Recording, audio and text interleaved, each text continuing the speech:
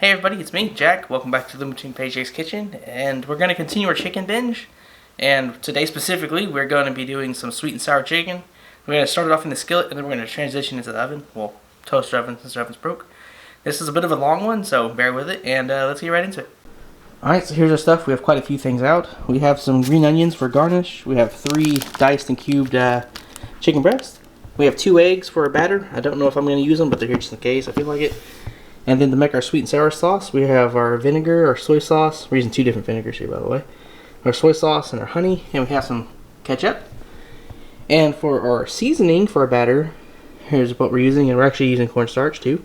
And here's our batter bag. We're using the bag method instead of the plate because we have so much chicken here to take forever to use the plate. Alright, a lot of stuff. Let's go ahead and get right into it. Alright, so we're going to treat this exactly like how we did our wings. We're just going to take a couple pieces out of... How did we do that? We used milk. That's a nut. I might do that actually. Hold on.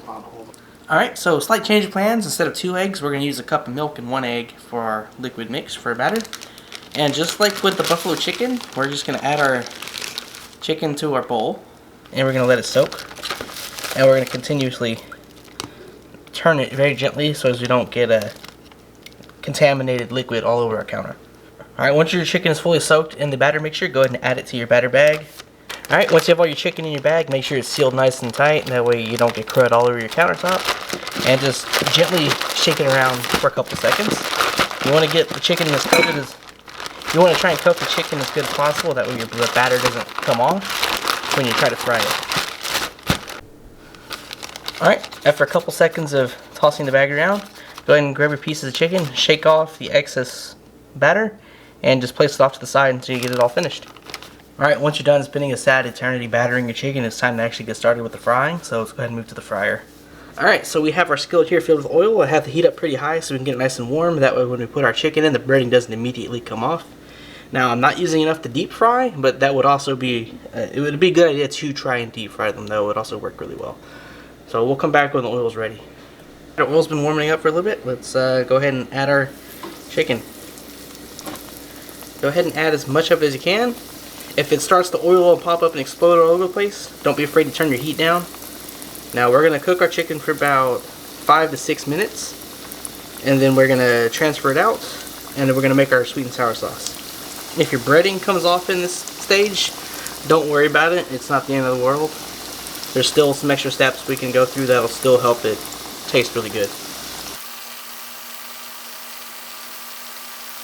All our chicken is added, and as I mentioned before, we're going to let it cook for about 5 to 6 minutes. Very gently come around and toss it. Very gently. Every about 2 or 3 minutes. Yeah, this part's fairly easy. There's nothing really special you have to notice or take care of, other than just making sure each bit of the breading gets cooked.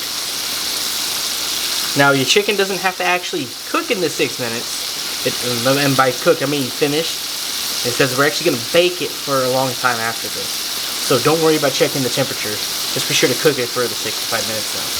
Alright, it's been 6 minutes. So I went ahead and turned off the heat. And we're going to start transferring the chicken to our bowl with a paper towel in it, to try and absorb some of that excess oil. We don't really want it for the next step. Alright, here's all of our chicken nuggets. Now let's go ahead and get to making our sweet and sour sauce. Alright, so to get started on our sweet and sour sauce, we need a 1/4 cup of ketchup. I already have some in the bowl, and I'm just fighting to get the rest of it out. Alright, next we need a 1/2 cup of honey. We need a 1/4 cup of white vinegar. Then we need 2 tablespoons of apple cider vinegar. And 1 tablespoon of soy sauce. And a dash or 2 of salt. And some chili flakes. Let's go ahead and add some chili flakes.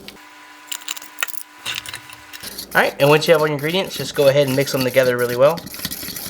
It'll start off thick, but it'll get nice and smooth after a couple seconds of mixing. Alright, so we have our baking sheet here. We're going to go ahead and put a little bit of oil in it. And we're going to wipe it down. Once you have it wiped down, go ahead and add your chicken. Try to fit as much of it as you can. If it doesn't all fit, you might have to either get a bigger baking sheet or just make 2 batches. Now don't be afraid if you don't have a lot of sauce. You're gonna, when you're baking this, you're gonna take it out and you're gonna mix it periodically, okay? So everything should still get an equal or even amount of sauce to it.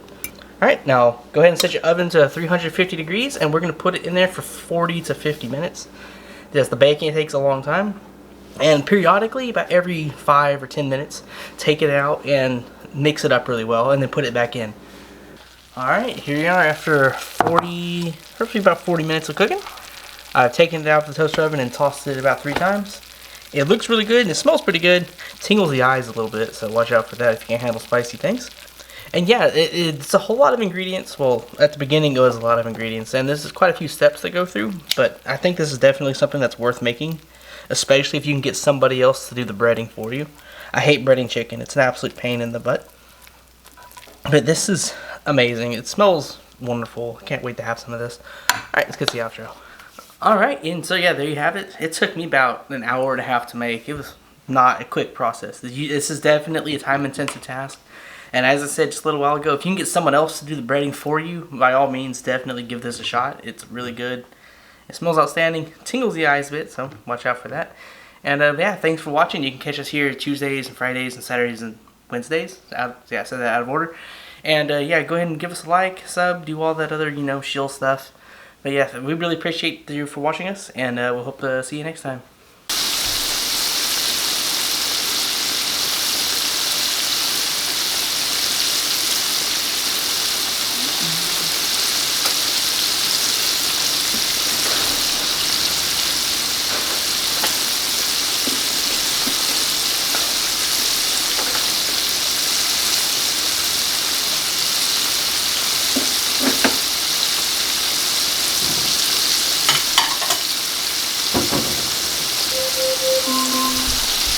Alexa, cancel.